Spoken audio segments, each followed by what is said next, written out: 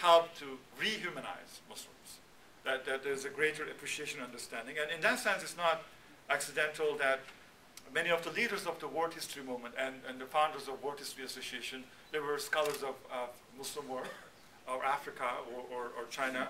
I could count Marshall Hudson, Rose Dunn, John Wall, Terry Burke, Carter Finley, and scholars of Islam are very important in this movement. Parallel to that, I think Hisham Talib mentioned how Ismail Farooqi was one of the few people who talked about the Abrahamic religions. I think a parallel development happened in the field of religious studies, that it was very focused on Judeo-Christian tradition and not teaching other religions at the beginning. But it changed over the last 30 years, and now every decent, good religious studies department is expected to teach and have professor on Islam, Asian religions, and other fields. And I think all of these trends then interacted with the growing number of influence of the American Muslims in this country to produce this important change of growth in Islamic studies scholarship in American academia. In that sense, American universities are fascinatingly exciting places for me. I mean, I've known to history departments in Germany, Turkey, Japan, where people teach history of Japan and China. In Germany, history means history of Europe, or actually Germany. But in any American history department I have been to, I could chat to colleagues of Latin America, China, India, and world history is emerging as a very natural development. This, of course, this was actually one of the reasons why attempts of people like Farooqi was very well received. There was already a very humanist interest in topics of Islam and Middle Eastern studies, and this is that's why no matter how many chairs you establish, at some point it might not be enough because there's more demand. But you might also not need to establish chairs because universities themselves will push and create these positions. The implications are going to be important in the short term and the long term.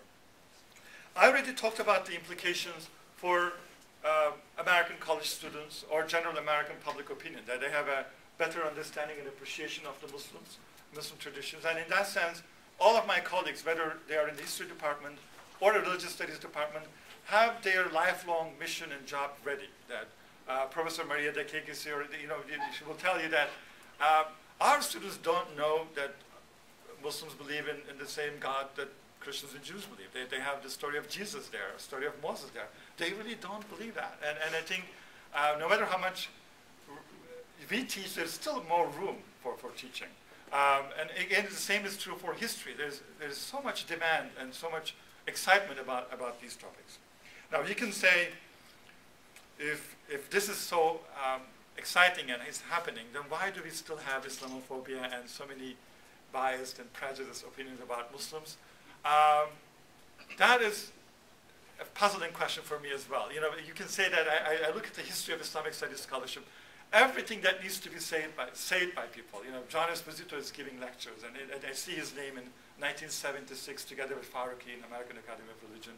We have hundreds of books, documentaries, and movies, and then on TV, Fox TV, or even CNN, we have this bizarre images of Muslims. Or there's an interesting discussion among two leading feminist scholars, and one of them left, one of them right-wing feminist scholars, Naomi, and I forget the other's name. And one of the left-wing feminist scholars said that hijab is actually not a symbol of women's oppression. If it's a free choice, I mean, that means it's their empowerment, that they should wear it, and we feminists have to support that. But this is, of course, an achievement of the last 20, 30 years, that a leading feminist in America would say that. That's true. So we should see the full size of the glass and say that, we moved on. There are intellectuals, prominent feminist intellectuals who are saying that. But of course, the other negative side is that there's the right-wing side of the feminist movement saying that no, it's not. Hijab is definitely a symbol of oppression. And I can still understand why people make this argument over and over again, despite all the evidence against this argument. So I think we will continue to work on rehumanizing the image of Muslims, work against Islamophobia. And I think academia, universities will be very instrumental. But something more important is happening too, is that there's an important implication for this development for Muslim thought in the 20th century.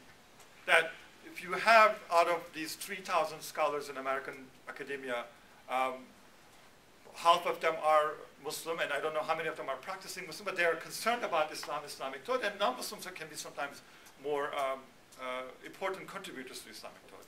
What are the implications of this for the modern Muslim thought? We should also think about the reverse process, because you're not only giving something, you're also taking something. And I think this is extremely important, because from 19th century onwards, especially in the late 19th century, modern Muslim intellectuals associated with the Nahda or revivalist movement, with nationalism, they somehow appropriated a Eurocentric view of history and society themselves.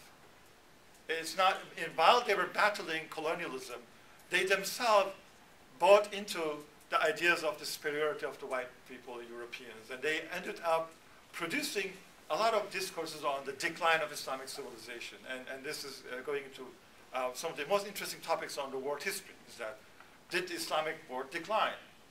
Did we have a glorious golden age in the 9th to 12th century, and then Muslims became lazy, degenerated, went into too much spirituality? And if you go back to the writings of the leading Muslim intellectuals from Rashid Rida, Muhammad Abdul Afghani onwards, this argument is very well established. We somehow, in the narratives of Islamic revivalism, even in the narratives of Islamic fundamentalism, there's this idea that there's early pure Islam, and somehow Islam degenerated, and somehow in the 20th century is reviving again. And there's a neglect of the whole 1,300 years of Islamic history.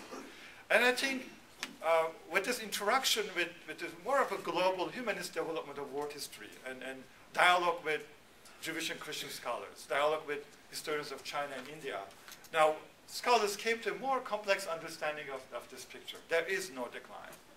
There was also no golden age. Is that Islamic societies were always active, very, very interesting. And in that sense, we do know that China didn't decline until the 19th century, until the 1800s. And what do we mean by decline? And I think we have to question these things. And these are, in my own field of research, for example, in the Ottoman history of 600 years, because of this very powerful paradigm of decline, no modern Muslim intellectuals cared about the Ottoman history and what Muslims did in those centuries. They invented coffee and coffee houses for one thing, and I think should mean something for people that it was the Muslims who invented coffee and coffee houses, and they had interesting debates whether coffee is permissible initially, but at the end everybody agreed that coffee is a great drink, and we'd like to have one soon. But once we change our paradigm and look back, we could also understand what it means to be a Muslim today, what it meant to be Muslim in the 17th, 16th century, and how do people try to understand God's will, divine revelations, the Quran, Hadith, in different times, different periods. And that will help us actually to understand ourselves, our attempts, our struggles for justice, and always see the subject, interesting subjects. I mean, you can think of the Ottoman Empire and its mistakes in its empire, but focus on the ordinary Muslim individual who is trying to live a good life, to be a good person, have an interesting daily life, and struggle for justice. We might actually enrich our contemporary practice of being a good Muslim from this experience. And I think this is already happening, and this is going to lead to an important paradigm shift, an important development in modern Islamic thought. For that, actually, America is becoming an interesting center. It's not a periphery anymore. America is becoming an important center of modern Islamic thought. Simply because American universities were always a big center of attraction.